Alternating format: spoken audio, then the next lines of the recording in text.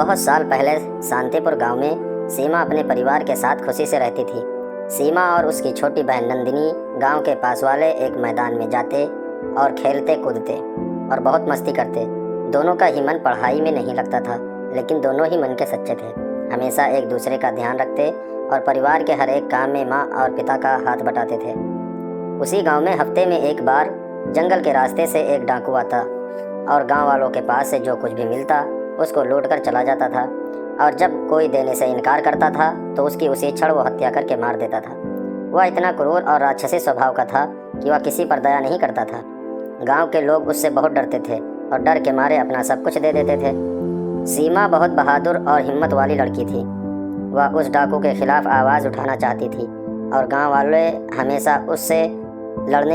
वालों को हमेशा लड़ने के लिए प्रेरित करती थी, लेकिन सब उसे छोटा समझकर उसकी बातों को टाल देते थे। कोई उसकी बातों को नहीं सुनता था सिवाय उसकी बहन के। डाकू अक्सर रात के अंधेरे में आते थे और जो भी कीमती सामान मिलता उसको लूट कर चले जाते थे। एक बार वह डाकू फिर आया और इस बार वह सीमा के परिवार के पास आया और कीमती चीज़ और अपने घर में जितने भी पैसे थे सबकी मांग की। सीमा के पिता ने इनकार किया और कहा, देखो भाई, मेरे पास कुछ नहीं है, हम बहुत गरीब हैं, हम पर अत्याचार मत करो। ये थोड़ा बहुत है वह भी हम अगर आपको दे देंगे तो हमारे पास क्या बचेगा, हमारे बच्चे क्या खाएंगे, हम जी भी नहीं पाएंगे, 2 वक्त की रोटी भी नहीं नसीब होगी, कृपया हमें बख्श दो।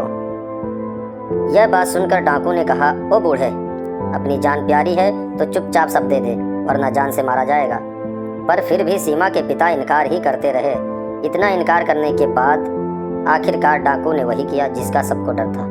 डाकू ने अपनी तलवार निकाली और सीमा के माँ और पिता का कत्ल कर दिया। दोनों ही नीचे गिर पड़े और चारों तरफ बस खून ही खून बिखरा हुआ था। सीमा और उसकी बहन घर पे कहीं छुप कर यह सारा नज़ारा देख रहे थे और दोनों डाकू के जाने का इंतजार करते रहे। जैसे ही डाकू गया उसके तुरंत ही बाद सीमा और नंदिनी माँ और पिता के शोक में डूब गए और दोनों ही फूट फूट कर रोने लगे। पूरे गांव का माहौल मातम में बदल गया। कुछ देर बाद सीमा अकेली बदले की आग में जंगल की ओर निकल पड़ी। उसकी बहन ने उसको रोकने की बहुत कोशिश की पर वह नहीं रुकी। उसके पास एक बड़ा लोहे का डंडा था और कुछ नहीं, डाकू उनको रास्ते में ही मिल गया। सीमा ने जोर से आवाज़ दी, कुत्ते, तुमने मेरी माँ और बाप की हत्या कर दी, अब देख लो मैं तुझे नहीं छोड़ूंगी। ये कहकर उसने अपना लोहे का डंडा निकाला और लड़ने के लिए तैयार हुई और उसकी आखिरी सांस तक उसने यह लड़ाई लड़ी और अंत में डाकू और उनके साथी ने बहुत क्रूरता और बेरहमी से उसकी हत्या कर दी। मरने से पहले सीमा ने आखिरी कुछ शब्द डाकू को बोले थे, कुत्ते, मैं वापस जरूर आऊँगी और याद रखना तुम्हारी हत्या मेरे हाथों से ही लिखी है। मैं अपना बदला लेकर रहूँगी और तुम्हें मार दूँगी। फिर सीमा ने अपना दम तोड़ दिया। अगली सुबह सीमा की बहन नंदिनी जंगल में सीमा को खोजने के लिए आती है। अचानक उसकी नज़र सीमा की लाश पर पड़ती है। आसपास देखती है तो चारों तरफ खून ही खून बिखरा था। नंदिनी ने यह नज़ारा देखा और मानो उसके पैरों तले ज़मीन खिसक गई। गांव के 2-3 आदमी की मदद लेकर नंदिनी ने सीमा की लाश को अपने घर तक लाई। फिर उनके माँ और पिता और बहन का अंतिम संस्कार करके वह अपने चाचा के साथ रहने लगी। ये वाक़या देखकर पूरा गांव कांप उठा और रात को कोई बाहर नहीं निकलता।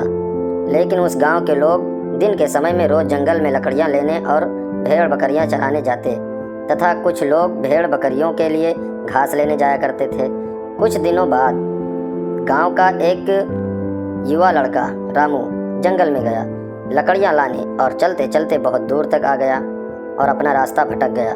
देखते ही देखते शाम हो गई और उसको घर जाने का रास्ता मिल ही नहीं रहा था। चारों तरफ बस जंगल ही जंगल था और कुछ नहीं। अब रात हो गई थी। उसके पास जंगल में रात बिताने के अलावा और कोई रास्ता नहीं था। जैसे तैसे करके उसने कुछ वक्त बिताया, लेकिन वो डर के मारे इतना कांप रहा था कि उसको नींद भी नहीं आ रही थी। रात के 2 बजे थे। चारों तरफ बस अंधेरा ही अंधेरा था और डरावनी आवाज़ें थीं। उसने डर की वजह से अपनी आंखें बंद की और सुबह होने का इंतजार कर रहा था। अचानक उसने एक डरावनी आवाज़ सुनी। वह आवाज़ जंगली जानवरों जैसी भयानक और बहुत ही खौफनाक थी। उसने अपनी आंखें बंद ही रखी। उसकी दिल की धड़कनें तेज हो गईं और वह डर से पूरी तरह कांप रहा था। अचानक उसको एहसास हुआ कि कोई उसके पास आ रहा है।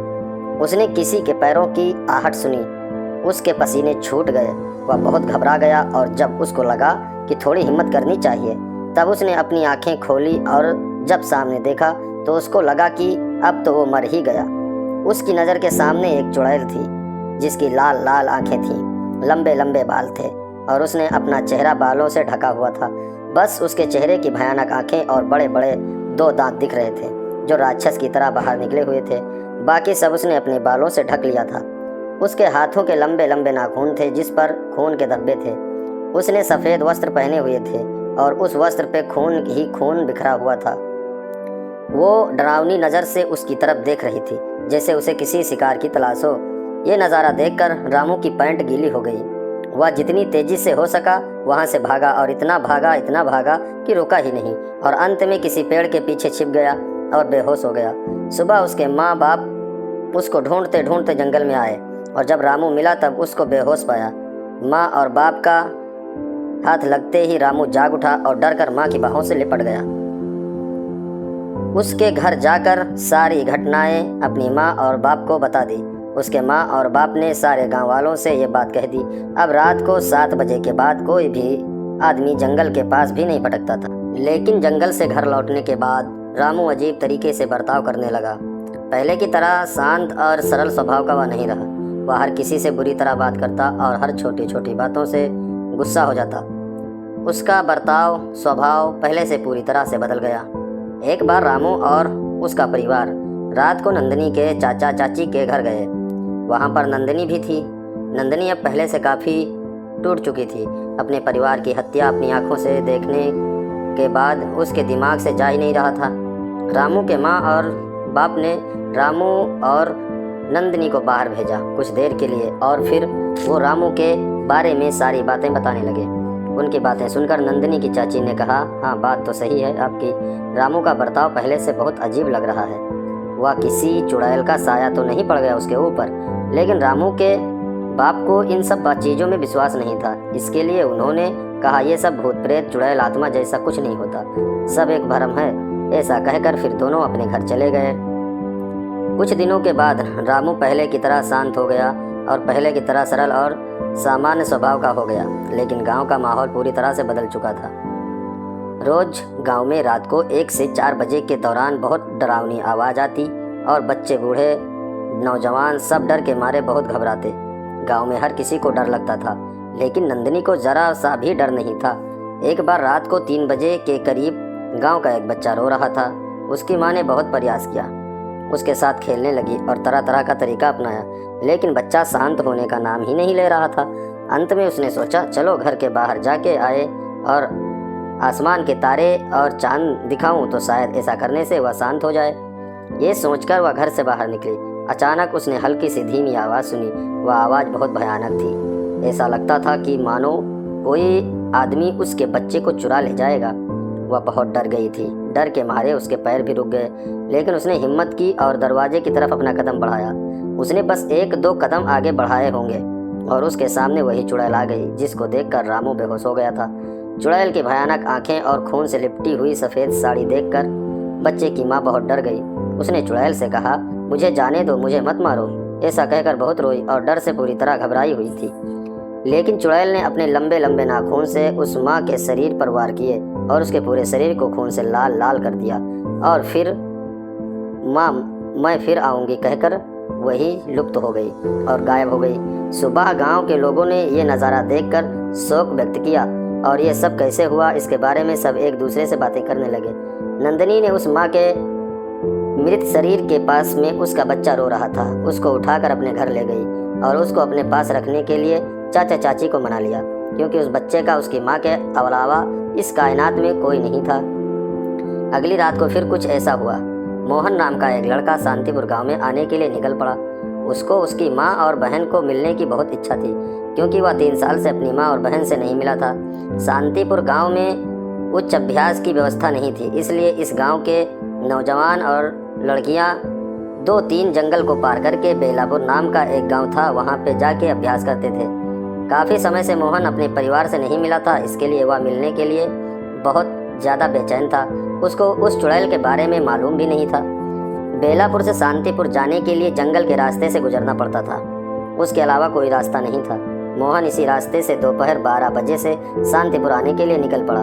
उसको लगा कि वह शाम के 7-8 बजे के करीब गांव में पहुंच जाएगा, लेकिन ऐसा बिल्कुल नहीं हुआ। आधे रास्ते में ही 7-8 बज गए और वह सोच रहा था कि अब क्या करे, आगे बढ़ूं या फिर यहाँ जंगल में ही रात बिताऊं। उसने सोचा कि अगर मैं जंगल में रुक गया तो जंगली जानवर उसे मार देंगे। अगर खुदा का कोई करिश्मा हुआ तो ही मेरी जान बच सकती है, वरना जानवर मार देंगे। ये सोचकर वह आगे बढ़ा। प्रकाश के लिए उसने एक लकड़ी पर एक कपड़ा लपेट दिया और 2 पत्थर की मदद से आग जलाई ताकि उसे आगे बढ़ा जा सके और जंगली जानवरों का खतरा भी न रहे। उसके पास एक तलवार भी थी। उसकी रक्षा के लिए थोड़ी देर चलने के बाद वह रुक गया, क्योंकि उसे बहुत भूख लगी थी और उससे चला नहीं जा रहा था। उसने अपनी घड़ी में देखा तो रात के 1 बजे थे। उसने अपनी थैली निकाली, कुछ रोटी तथा सब्जी बेलापुर से चाची ने दी थी। वह खाने लगा। खाना खाने के बाद उसे बहुत प्यास लगी थी। वह पानी ढूंढने की तलाश में एक कुएं के पास पहुंचा और रस्सी की मदद से कुएं में बाल्टी डाली और रस्सी खींचने लगा। जैसे ही बाल्टी ऊपर आई तो उसके तो होश उड़ गए। वह डर से घबरा गया और उसके पसीने छूट गए, क्योंकि उस बाल्टी में पानी नहीं खून था और भयानक खोपड़ी की हड्डी थी और बाल्टी के ऊपर खून के लाल रंग से लिखा था, आज तू मरेगा। मोहन वहां से तेजी से भागा और एक भयानक पेड़ की शाखाओं के पास आके रुक गया। आसपास और कुछ नहीं, बस भयानक पेड़ की झाड़ियां थीं और भयानक आवाजें। अचानक एक पेड़ के ऊपर से चुड़ैल उल्टी होकर मोहन के सामने आ गई और कहा, पानी नहीं, आज तू खून पिएगा। फिर वो भयानक आवाजें निकालने लगी और फिर धीरे धीरे मोहन के पास आ गई। मोहन की सांसों की रफ्तार बढ़ गई और डर के मारे पूरी तरह से कांप रहा था। चुड़ैल उसके पास आई और अपने नाखून से मोहन के शरीर पर वार किए और पूरा शरीर खून से रंग दिया और वहां से गायब हो गई। दूसरे दिन शांतिपुर के लोग लकड़ियां लेने और घास लेने के लिए जंगल में आए तो उनको ये लाश पड़ी हुई दिखी। लाश के चारों तरफ खून ही खून था और सब मिलकर उस लाश को गांव ले गए। मोहन के माँ और बाप बहन पर तो मानो दुख का पहाड़ टूट पड़ा। मोहन की माँ ने कहा, हे ईश्वर, ये क्या अनर्थ किया आपने, क्या बिगाड़ा था आपका मेरे बच्चे ने। गांव के लोगों ने उनको समझाया और फिर अंतिम संस्कार करने ले गए। गांव में हाहाकार मच गया। ये हत्या की बात सुनकर अब तो डाकू भी गांव में आने से डरने लगे और उन्होंने भी गांव में आना बंद कर दिया और किसी और जगह पे जाके लोगों को लूटते थे। वह डाकू का नाम दुर्जन सिंह था। चुड़ैल के डर से वो बहुत ज़्यादा भयभीत होकर उसने फिर शांतिपुर गांव में आने की हिम्मत नहीं की, लेकिन अभी भी वह उतना ही क्रूर और दयाहीन था। वह दूसरे गांव में जाकर लोगों पर खूब जुल्म करता था।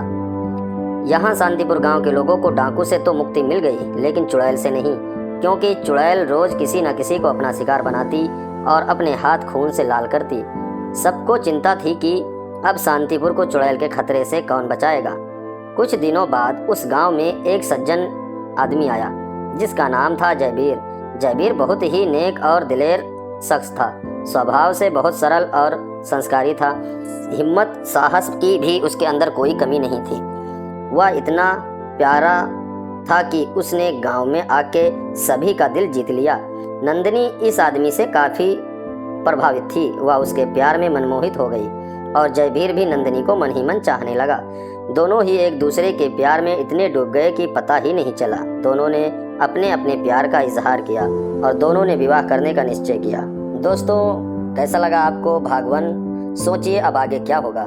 इस गांव को चुड़ैल के खौफ से कौन बचाएगा? चुड़ैल कौन थी? उसने इतनी सारी हत्याएं क्यों की और किसकी मदद से की? बहुत जल्द दूसरा भाग आपके सामने पेश करूंगा। कमेंट करके ज़रूर बताइएगा आपको कहानी कैसी लगी। और प्यारे दोस्तों, चैनल पर नए हैं तो सब्सक्राइब जरूर कीजिएगा और वीडियो को लाइक करना ना भूलें। और अगर कहानी पसंद आती है तो अपने दोस्तों के पास ज़रूर शेयर करें। शुक्रिया।